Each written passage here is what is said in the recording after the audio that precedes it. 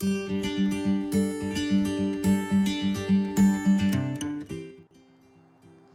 no ha escuchado hablar de esa frase que dice la unidad hace la fuerza?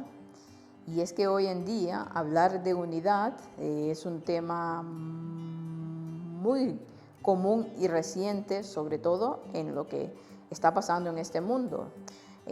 Cuando empezó a haber lo del el coronavirus, lo que estamos viviendo actualmente, pues se empezó a hablar de que debíamos de estar unidos frente a este virus para poder eliminarnos, que teníamos que, si nos decían que había que quedarnos en casa, pues teníamos que hacerlo, que todos unidos para que los médicos no se sobrecargaran y bueno, y tantas cosas que nos han mencionado en los medios acerca de esta unidad que tenemos que tener para poder vencer esta pandemia, ¿no? Pero también hemos escuchado al Papa en innumerables ocasiones hablar acerca de la unidad y que debemos de estar en esa unidad y cuando hablamos de la unidad y hablamos del Papa, hablamos de ecumenismo también, ¿no? Y ese ecumenismo que hoy en día tanto quieren el Papa como todos sus aliados. Pero realmente, ¿a qué unidad se está refiriendo la Biblia? No es a esa unidad de la que ellos hablan. Hoy veremos eso y más. Y recordemos, como decía el título de la matutina, que sin unidad no hay victoria.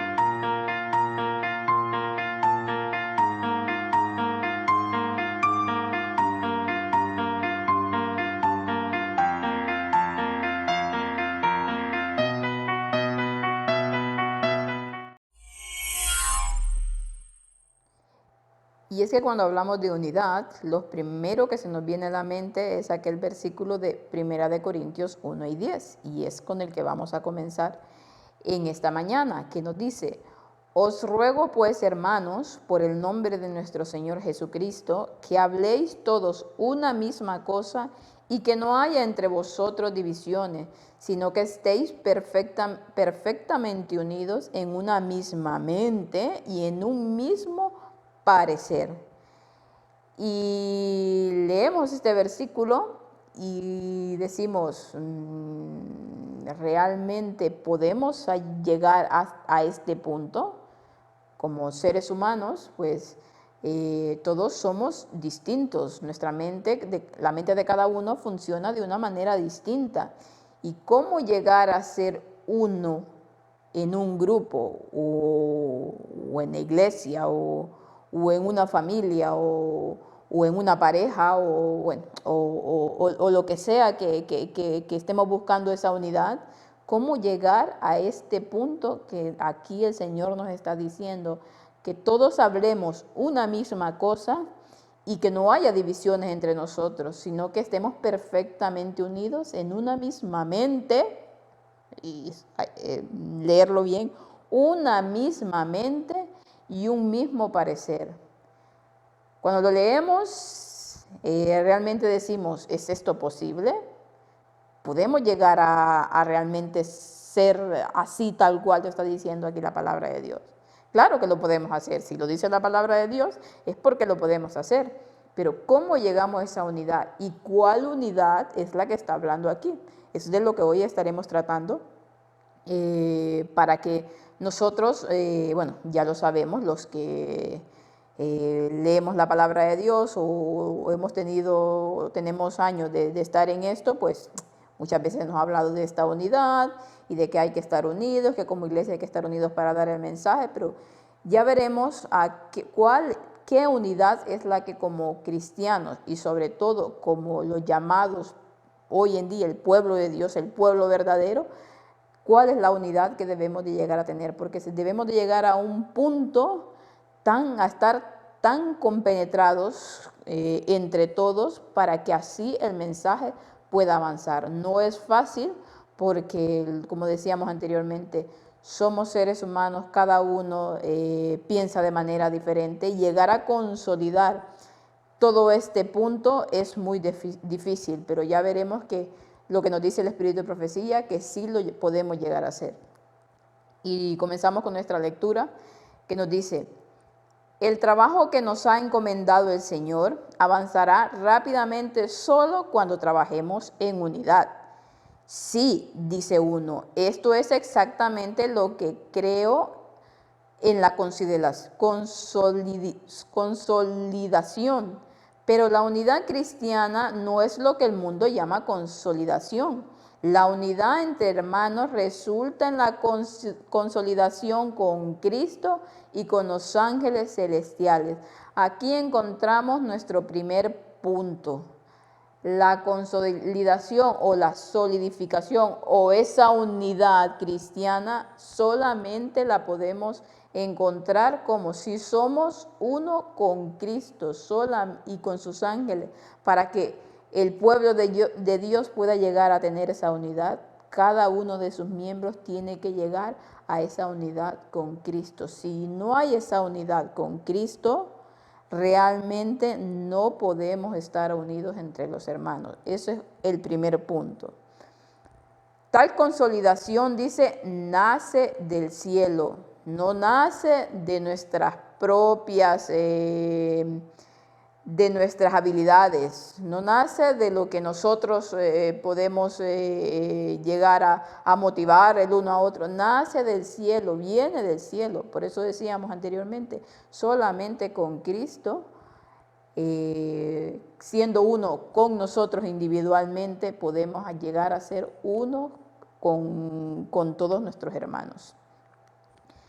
Nos sigue diciendo: a la iglesia primitiva se le había encomendado una obra de crecimiento constante, el establecer centros de luz y bendición donde quiera que hubiese almas dispuestas a entregarse al servicio de Cristo.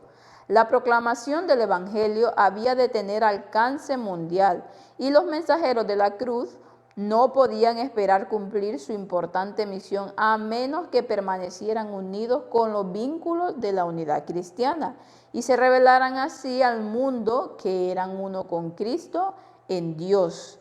¿No había orado al Padre su divino director?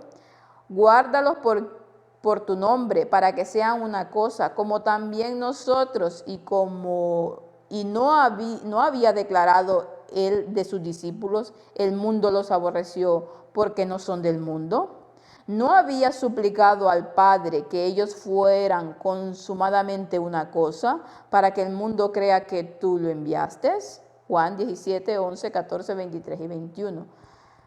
Aquí nos habla de la oración de Jesús. Recordemos que Jesús estuvo orando por la unidad de su pueblo. Él sabía que era tan importante, pero tan importante esa unidad, que lo hizo personalmente con Dios. O sea, y la dejó ahí escrita en su palabra, esa oración por la unidad, porque únicamente siendo unos entre nosotros podíamos llegar a dar este mensaje a todo el mundo.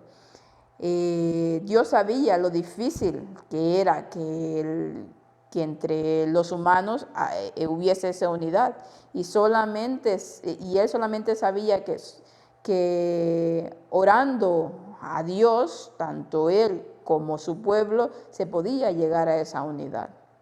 Entonces, Dios nos dejó servido, como dicen, bandeja de plata, el poder llegar a esa unidad. Está en nosotros que realmente personalmente como individuos vayamos obteniendo esa unidad, primero con Cristo y luego con los hermanos, y ya veremos con qué más. Su vida, dice, y poder espirituales dependían de una estrecha comunión con aquel por quien habían sido comisionados a predicar el Evangelio. Lo que estábamos comentando al principio, ¿no? Que solamente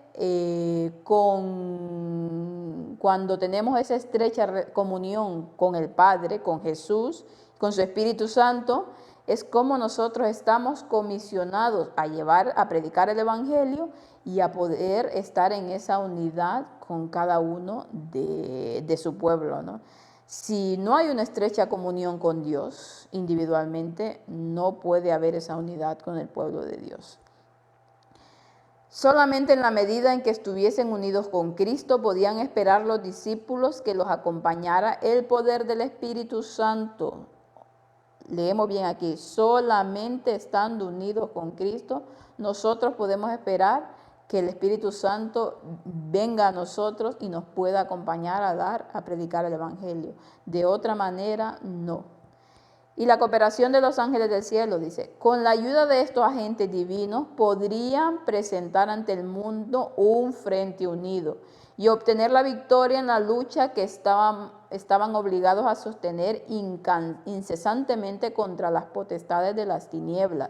Mientras continuaran trabajando unidos, dice, los mensajeros celestiales irían delante de ellos abriendo el camino. Los corazones serían preparados para la recepción de la verdad y muchos serían ganadores para Cristo. Mientras permanecieran unidos, dice, la iglesia avanzaría, hermosa como la luna, esclarecida como el sol, imponente como los ejércitos en orden. Y eso nos dice Cantares 6:10. Nada podría detener su progreso, dice, avanzando de victoria en victoria, cumplirían gloriosamente su divina misión de proclamar el Evangelio al mundo. Y así fue como los discípulos pudieron en su tiempo, en su momento, llegar a pregonar este Evangelio y que este Evangelio pudiese llegar hoy en día hasta nosotros, solamente unidos con Cristo y unidos entre ellos para que este mensaje pudiese aguantar el transcurso del tiempo y pudiese llegar al final de los tiempos. De otra manera no hubiesen podido hacerlo. Pero ¿qué pasaba con los discípulos? Que estaban realmente tan unidos con Jesús. O sea, para ellos su vida, su mundo, todo, absolutamente todo, era Cristo. Muchos de ellos llegaron a estar con Cristo, de los discípulos. Y luego fue esa misma pasión y ese mismo valor que tenían fue transmitiéndose a sus hijos y así hasta llegar a nosotros, pero que únicamente pudieron llegar a predicar este Evangelio así, de esa manera, unidos con Dios primero y luego entre ellos, pero dice aquí unidos en la verdad, para que esa verdad pudiese llegar a otros. Nos continúa diciendo, ya para finalizar, la unión hace la fuerza, la división significa debilidad. Cuando los que creen la verdad presente están unidos y ejercen una influencia poderosa, Satanás, dice, lo comprende bien. Nunca estuvo más resuelto que ahora a anular la verdad de Dios, causando amargura y disensión entre el pueblo del Señor. Segundo punto, vimos primero que únicamente podemos llegar a esa unidad perfecta si primeramente individualmente nos unimos con Cristo en toda la extensión de su palabra. O sea, debe de llegar a haber una unidad tan profunda con Él para que así nosotros podamos llegar a esa unidad con el pueblo de Dios. Eso sería la primera parte, ¿no? Y la otra nos dice aquí que cuando los que creen la verdad presente están unidos, ya nos pone aquí otra palabra, la verdad presente, la unidad solamente puede ser en la verdad presente. La verdad, pero la verdad tal cual es, no la verdad a medias que muchos hoy en día predican. O sea, a veces hay personas que nos dicen que por qué nosotros no contactamos con tal pastor, con tal grupo, con tal aquellos que bueno, que no creen en lo del 2031 o no lo predican, pero que tenemos otras verdades comunes y que debemos de unirnos como pueblo. Pero puede haber unidad si la verdad presente tal cual es no está. Puede haber unidad en lo que una persona cree y que la verdad completa y otra persona cree la verdad a medias. Definitivamente no. O sea, para que pueda haber esa unidad cristiana, esa unidad verdadera, la unidad que hubo con los discípulos, ellos se unieron en la verdad presente para su momento, era la resurrección de Cristo, era predicar a Cristo crucificado y a Cristo resucitado.